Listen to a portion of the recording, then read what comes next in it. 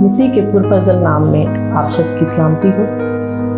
سفینہ پطرس کلام حق چینل پر آپ کے ساتھ حاضر ہے۔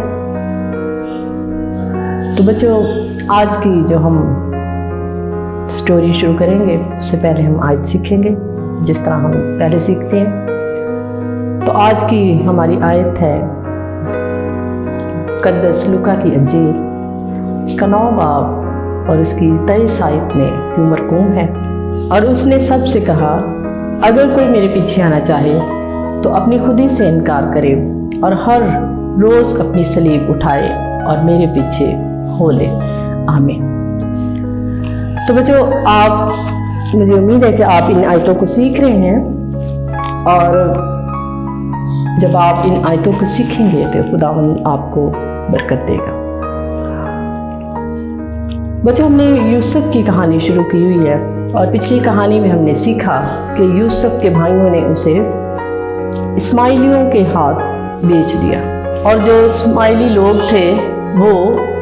قافلے کی صورت میں جب اسے مصر میں لائے، تو جیسا کہ میں نے آپ کو بتایا کہ یوسف جو ہے وہ 2 بار بکا، اور جب وہ مصر میں آیا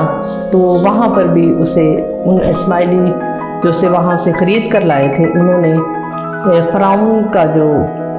گھر کا حاکم تھا پوتیفار، اس کے ہاتھ انہیں بیچ دیا۔ اور وہ شخص جو ہے جو اسے خرید کر اپنے گھر لے کر آیا، وہ جلوہ داروں کا سردار تھا اور حاکم تھا، اور جب وہ یوسف کو اپنے گھر لے کر آیا تو اس نے اپنے گھر کا سارا اختیار جو ہے وہ یوسف کو دے دیا، اور اس کی بیوی جو تھی وہ بہت خوبصورت تھی، اور جو پوتیفار تھا وہ اس نے اپنے گھر کا سارا انتظام جو ہے وہ یوسف کے ہاتھ میں سونپ دیا، اور یوسف جس کام میں بھی آگے بڑھتا خدا اسے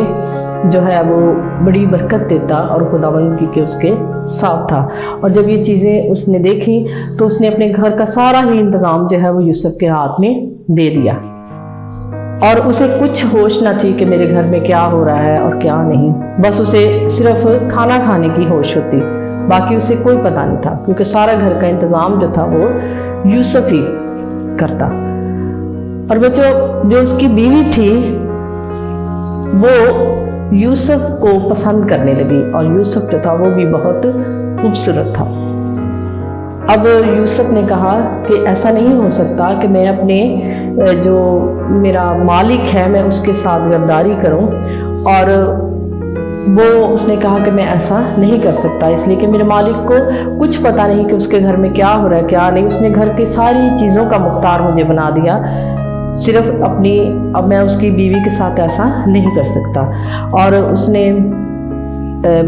اس بات سے دور رہا، اور ایک دن کیا ہوا کہ جب یوسف گھر میں کسی کام کے لیے آیا تو اس کی بیوی نے اسے پکڑ لیا اور اس سے باتیں کرنے لگی، اور وہ جو یوسف ہے وہ وہاں سے بھاگ گیا۔ اس نے کہا، جب وہ جیسے ہی وہ وہاں سے بھاگا، اور اس کی بیوی نے یوسف کا جو پراہن تھا وہ اس کو کھینچا، اور وہ پھٹ گیا، اور وہ اس کی بیوی کے ہاتھ میں آ گیا، اور اس نے کہا کہ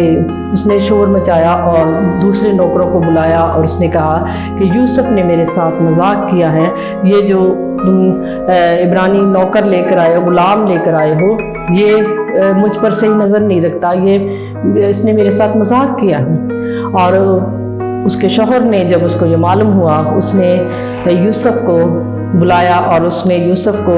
قید خانہ میں ڈال دیا۔ اب خداوند جو تھا وہ یوسف کے ساتھ تھا، اور یوسف کی ہر کام میں خداوند جو وہ مدد کرتا تھا، اور جب وہ اسے قید خانہ میں ڈالا گیا تو اب جو قید خانہ کا داروغہ تھا وہ اس کی نظر میں یوسف جو ہے وہ اقبال مند ہوا، اور اس داروغہ نے بھی جو اس کے قید خانہ کے کام تھے یا جو بھی کام ہوتا وہ یوسف سے ہی پوچھ کر کرتا، اور یوسف جو ہے وہ قید خانہ میں بھی اقبال مند ہوا۔ اس طرح بچوں، خداوند جب یوسف کے ساتھ تھا تو یوسف کو کسی بھی طرح کی کوئی بھی